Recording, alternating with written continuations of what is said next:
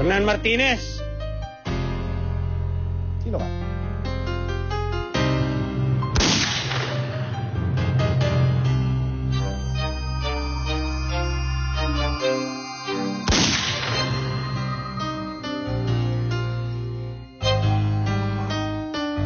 Nakatulog lang pala ako. Bakit mo kinukuha yung gamit ko? Gamit mo? Sigurado ka bang gamit mo to?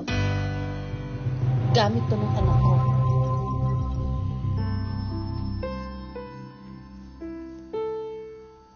Kamukha ito ng naiwan kong gamit sa isla. Ang gamit kong alam kong siyang tanging alaalang iniwan sa akin ng aking pinagmulan. Pwede bang makuha yung number ni John? Bakit niyo naman po kukunin yung number ni John? Hindi ba doon nakatira si Riray?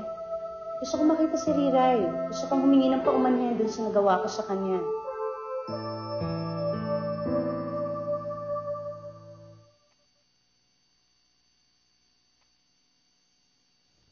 Mabuti naman at wala na siya. Nagkamali siguro ako. Hindi siya masamang tao.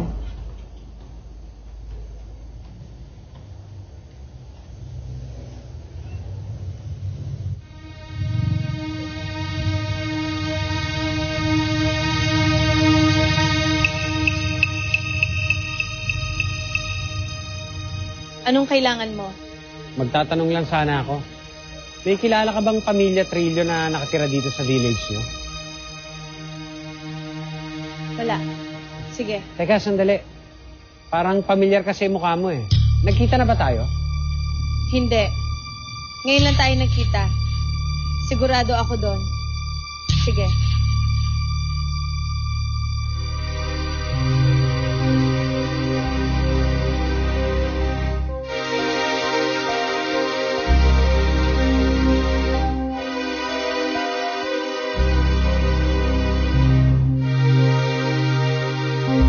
Riray, saan ka galing? Sa labas, may nakita akong lalaki. Lalaki? Nasa palagay ko ay nagmamatsyag dito. Pero kinausap niya ako. Tinanong niya ako kung nagkita na raw ba kami. Dahil pamilyar daw ang mukha ko sa kanya. Kilala mo ba? Hindi. Kaya nga nagtataka ko kung paano at saan kami nagkita. Baka naman nakasalubong mo yung dati. Anyways, kung nahuli mo siya nagmamasid dito, itatawag ko na lang sa guardhouse ng village para kabantay itong bahay. Mabuti.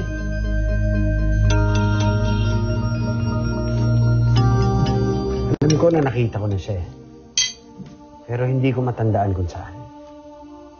Tapos pinagkita na kayo niyan. Malamang namukha ang ano niyan.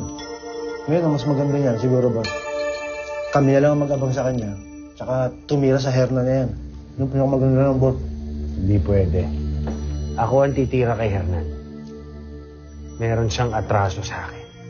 At hindi ko pakakawala ng pagkakataon na makaganti sa kanya.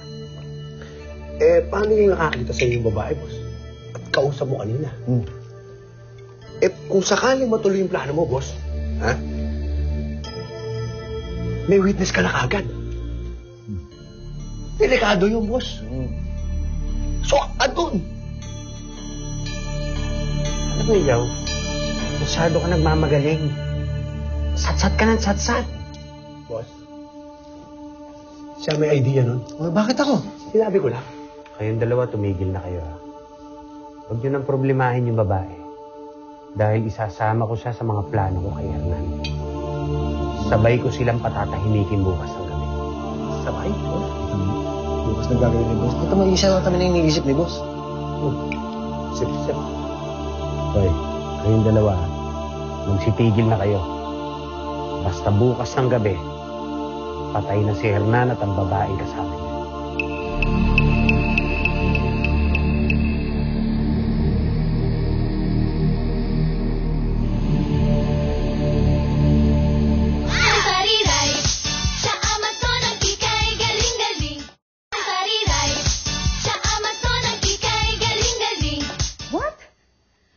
Are you really out of your mind, John? Gagastos ka ng ganun kalaki para lang makita yung riray na yan? Bakit hindi? Walang kaso sa akin yun, miski magkano abuti nun. Basta ang importante, makita ko kagad si Riray. Ay, pera mo yan eh. Wala akong magagawa kung gusto mong lustayin yan. Sige. Kailan mo ba gustong lumabas to sa dyaryo? As soon as possible, Yvette. Para mag-unahan kagad ang mga taong makakilala sa kanya sa pagturo sa akin.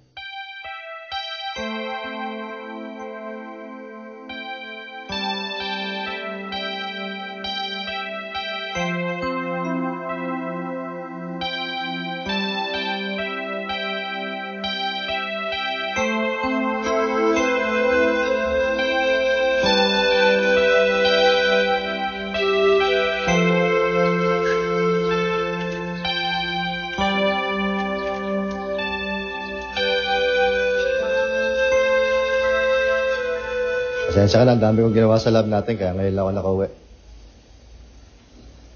Kumusta po yung mga tauhan niyo, Dad?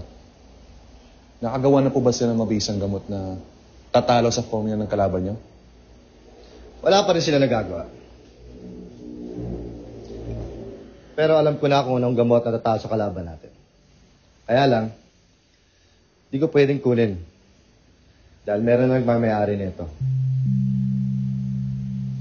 Sino, Dad?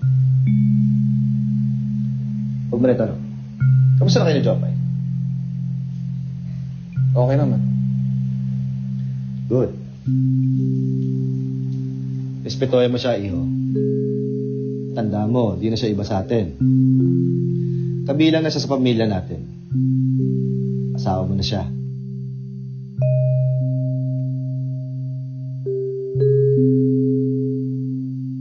Mabuti naman at dinalaw mo ako, anak. Hindi ko kasi kayo matiis eh. Pa, pasensya na ho kung wala ho akong dalang pasalubong ha. Alam niyo naman na tirahan lang ho yun na bago sa akin. Pero wala pa rin akong pera. Anak, darating din yon.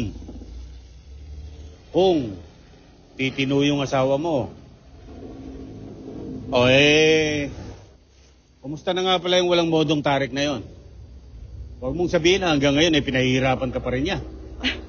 Ay naku pa, hindi ho no. Ang ganda-ganda nga ho ng gising ni Tarik kanina eh.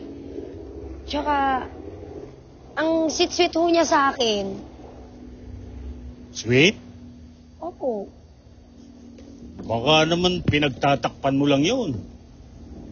Nakita ko kung paano kanya ipinahiya nung kasal nyo. Hindi ka nga niya hinalikan. Basta ka na lang tinalikuran. Ganun ba, sweet? Pa, nung kasal lang ho yun. Pero, nagbago na ho si Tarik, Papa. Ang bait-bait na nga niya ngayon eh. Ang sweet-sweet ko. Promise. Kung totoo yan, di mabuti.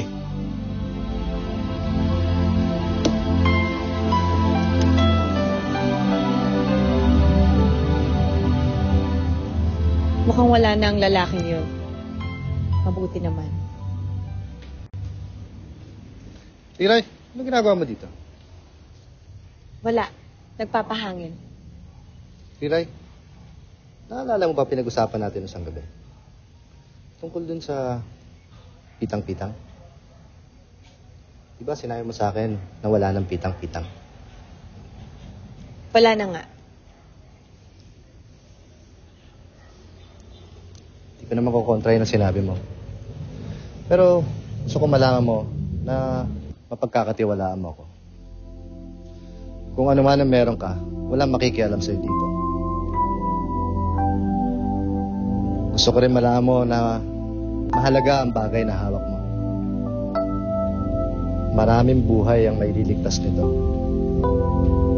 Pero, hindi kita pipilitin na pagkatiwala sa akin. Dahil alam kong may dahilan ka para itago sa akin. At nire-respeto.